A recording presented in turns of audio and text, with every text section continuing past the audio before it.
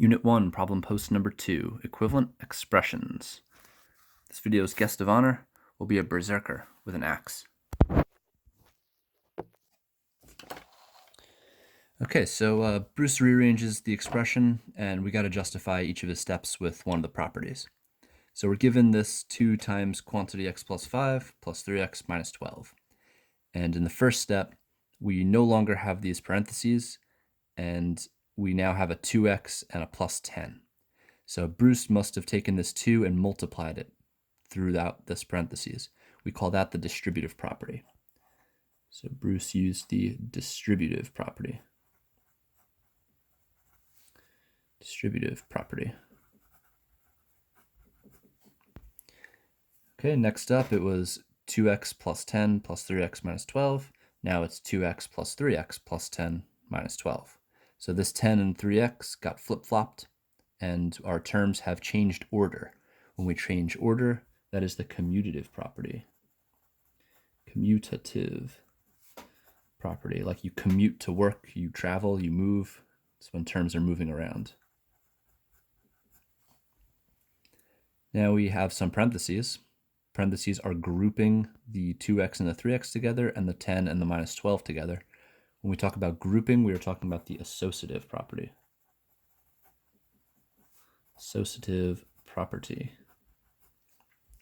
So we are associating the x terms together, and we are associating the constants together.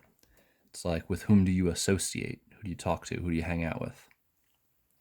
And then finally we had 2x and 3x, and that came together to make 5x. And 10 minus 12 is negative 2, so here's our minus 2. So we just combined like terms here, so we'll say combine like terms.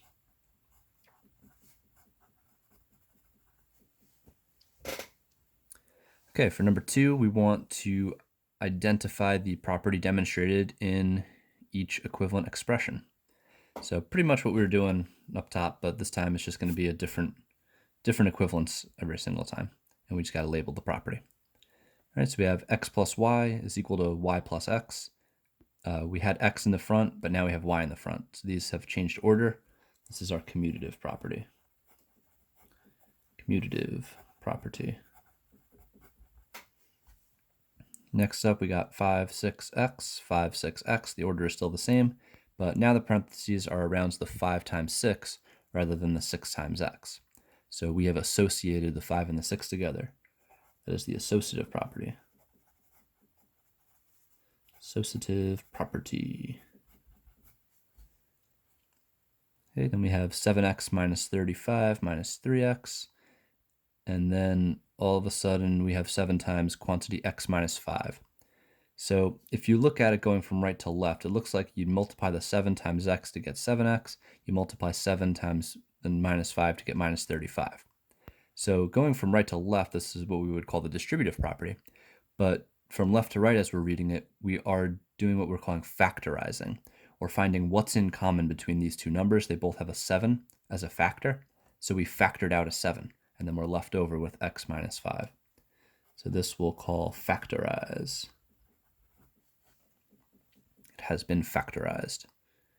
Then we got 7x plus 12x minus 4, and now we got parentheses around the 7x and the 12x. We've grouped these together. They're being associated together, so that is our associative property. Now we got 2/3 x minus 4y plus x, and now we have a minus 4y out front. This is commutative property. This is a pretty important example because notice that we had a minus 4y, and then when we put the 4y out front, we kept the sign in front of it. So whenever we're moving terms around, we always have to make sure we keep the sign in front of them too.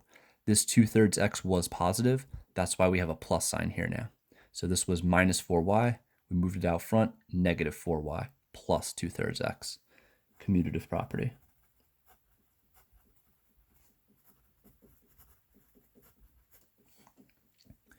Okay, we got 3 times this quantity plus 2 minus 3x. The plus 2 minus 3x is the same, but it looks like we took this 3 and multiplied it by a third. A third of 3 is just 1, so we just have 1x.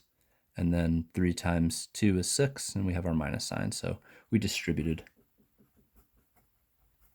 Distributive property.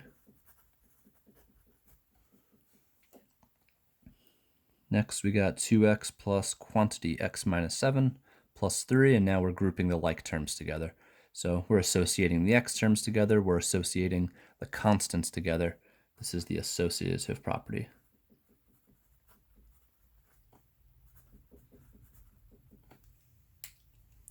Here we got 5x plus 35, and now we have a 5 outside the quantity, x plus 7. So we looked at these two terms, we said, okay, this is divisible by 5, this is divisible by 5, so let's factor the 5 out. And then if we factored a 5 out of 5x, we're left with x. If we took out a 5 from 35, we have a 7. Realize if you do 5 times x, you get 5x. If you do 5 times 7, you get 35. So this is distributive property, but in this direction, we call it factorize. Factorize. And finally, when we have 5 times quantity x plus 3 minus 4 times quantity 3x minus 12. And now over here, the 4 times 3x minus 12 is out front. Notice again, when we use this commutative property, we had this minus sign. And then when we switched the order, we kept this term negative. And then since this was positive, we now have a plus sign between them. So this is our commutative property. So I'll write that right here. Commutative property. And that's for that last one. So it's also pretty cool. This is a product, and we can commute an entire product, which is kind of cool. So it doesn't just have to be one number. It could be a whole quantity. Just like up here, we had this product of 4y. So we were able to commute the entire product, 4 times y. It was in the middle, and now the whole 4 times y was out front. It's the same thing here. So we have this 4 times quantity, 3x minus 12, and now we move that entire product to the front.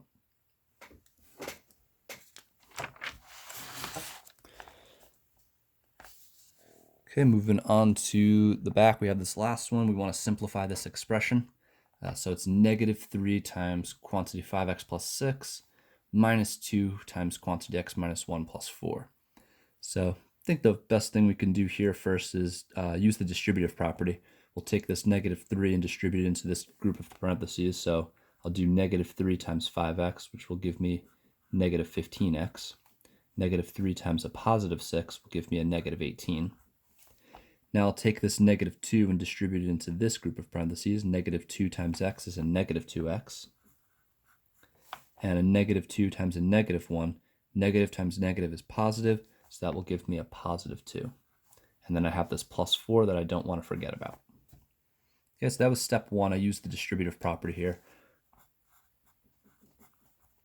Distribute. I'll keep track of my steps here too.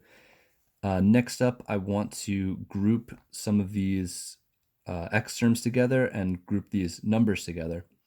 In order to do that, I got to move some things around. That's the commutative property. I want to move things around. So I want the negative 2x to be with the negative 15x. So let's do negative 15x minus 2x minus 18 plus 2 plus 4. That is commutative. I realize some of you might just do that thing where you circle the like terms, squish them together. Skipping some of these steps, but just for the sake of this video and this lesson, I'm really just going to break it down and demonstrate all of these properties of equivalent expressions. I'll throw the associative property in there. We have the negative 15x and the negative 2x. I want to think about just these two terms together. What is negative 15x minus 2x? And then I want to see, okay, well, what is negative 18 plus 2 plus 4? That's my associative. Let's just take a closer look quickly at how we had a minus 18, but when I used my associative property, I actually put a plus sign and then I left the negative 18. If I were to just throw parentheses in here, parentheses would imply that this negative would be distributed to all three terms. So I'd have to change these two signs as well if I were to just throw parentheses around it, but I didn't feel like changing those signs, so I left it a plus sign and I grouped them together. Negative 15x minus 2x will give me negative 17x. And then actually I'm not going to even put that plus sign because this result will probably be negative because I got a negative 18 plus 2 plus 4. Negative 18 and 2 is negative 16. Negative 16 and 4 is a negative 12. So I'll put minus 12. And this was just me combining like terms.